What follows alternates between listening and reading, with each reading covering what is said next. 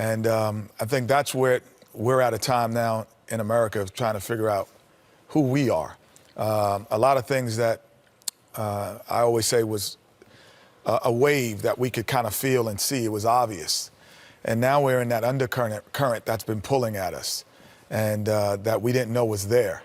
And it's a peeling back, interesting time of peeling back of in 2018 of everyone saying, who am I? And what do I actually stand for? And are you going to stand for it? And as Russell Westbrook quoted Shaq, you know, in the times of adversity, are you going to stand for what you believe in and what your principles are in the time of adversity? Because it's easy to thank whomever you believe in, God, whatever it might be, in the times when things are going well. But when it's not going your way, where do you stand? You know, on this day, I definitely like to look at Dr. Martin Luther King's quote, and one quote is kind of still going on today. A nation that continues year after year to spend more money on military defense than on programs of social uplift is approaching spiritual doom. And, you know, I agree with Chuck. And, you know, 2018, and, you know, we're closing down schools, they're closing down parks. We're still going through the same thing. But, you know, as a youngster, I've always had a chance, you know, especially now being older and professional, I've always had a chance to, you know, thank my, you know, professional heroes that came before me. Ali, I've met Ali, the great Bill Russell, Kareem. I wish I'd had a chance to meet Dr. Martin Luther King, because, you know, he's done so much. And if it wasn't for him and his family and, you know, Malcolm X, the struggles that they went through, we wouldn't be here today. You know what's ironic about my life, Kenny's life, Shaq's life, Ernie? Man, sports, sports is the most amazing thing in the world. Sports has given me every single thing in my life. But the number one thing that sports has given me is we still live in a segregated country. Like when I'm in Alabama, and one side of town's the black, the other side of town's the white, and that's sad. That shouldn't happen. But sports is the first time I ever got to spend time, like quality time around white people. And one of my best friends in the world is a guy named Pep Mark. I love him like a brother. He invited me to his house. It was the first time I had been to the white side of town.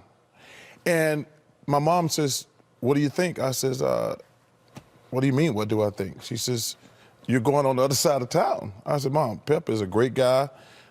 His mom and dad are great people." She said, "Go ahead and have fun." And this guy, but that was my first time coming out of my comfort zone. And I've always told Pep this, I love him like a brother, but the number one thing he did for me, he gave me a peace of mind that all this stuff that you're watching on television, it's always going to exist. We're always going to have racism. Like I say, we're still arguing about the same crap 54 years later. But I try to always look at the good, man. Yeah. And Kenny, he said this, you talked about that before also. Yeah, that's the first time I hugged someone of another race was through sports. But I also think that it's generational now in 2018. It's also social and economic. Because the social and economic climate believes that because someone isn't as wealthy or as affluent as you, that they might not, and they might be of a particular color, that they're not as equal to you now, socially and economically. So it is not just, I think, in the 60s, and even it was just black, white, and it was very specific. And I think now it's becoming very socio-economic along with race. And I think we need the words, we need the dream, we need the actions of Dr. King as much now as we ever have. And I want to give a shout out to the NBA, Ernie, because what they do for this special day, because obviously the majority of our players are black. What David Stern started and Adam Silver continues to do, us making a big deal out of this holiday. Shout out to the NBA. As we reflect on the legacy of Martin Luther King Jr. and the civil rights movement today, Isaiah Thomas got the unique perspective of Dr. King's daughter, Dr. Bernice King, as well as the daughter of Malcolm X, Ambassador Adela Shabazz, on how they remember their fathers. And we welcome you back to Studio J here in Atlanta. Well, Dr. King was born here in Atlanta in 1929. His life ended 39 years later in Memphis, Tennessee, where you will find the National Civil Rights Museum. Our Hall of Fame reporter David Aldridge went to Memphis, where he sat down with NBA Commissioner Adam Silver and Michelle Roberts, the executive director of the National Basketball Players Association. When you watch that and you hear from Michelle and Adam, what is the league's role in this, in a larger perspective, from a social perspective? I think, as an example, be exemplary. I think that is, again, with the large number of players that are African American, but it's really about a human right, but then the economic power that not just the league has, but the individual players now have. So there's a bigger responsibility because of their economic potential that they have collectively or singularly. Salaries when we were playing, for a guy like, $2.5 million, $3 million, that was a big deal. A guy would sneeze at that kind of money this year in this economy. That's the minimum wage now. That's the minimum.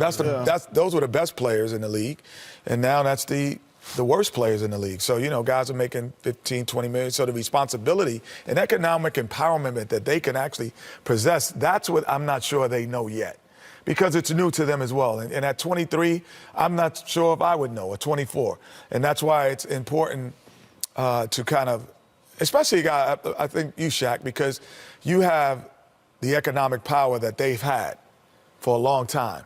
And you've been able to display it in a lot of different areas and kind of showing them how to do that. And, Charles has made a great deal of money. I've made a great deal of money, but and not even to you guys, but nothing like what you have understood and what that really means in your community and as a responsibility and as a black man. Even before I played in the NBA, they've always done a great job of being committed, especially on this day. They do a lot of things in the community, and they've done a great job. You have to, start off with David Stern, and Adam Silver's doing a great job. But, Dr. King's daughter said something very important. So if you're going to talk about certain issues, just be committed. Be committed full, because it's a full-time job. It was full-time for Malcolm X. It was full-time for Dr. King. It's full-time for every other leader that's, trying to make a difference in our community. So that's my advice to all the players. I do like what Carmelo and let me just say one thing, though. It's interesting this year in sports, and you got the President of the United States insulting them NFL players who are having peaceful protests. And can you imagine if and Dr. King only believed in peaceful protests? The notion that it's bad to peaceful protest, because the only other protest is violent protest. But for the president to criticize them NFL players for having a peaceful protest, and if people would criticize Dr. King for having a peaceful protest, that's how far we still have to go. I love the quote, everybody can be great because anybody can serve. You don't have to have a college degree to serve. You don't have to make your subject and verb agree to serve. You only need a heart full of grace, a soul generated by love.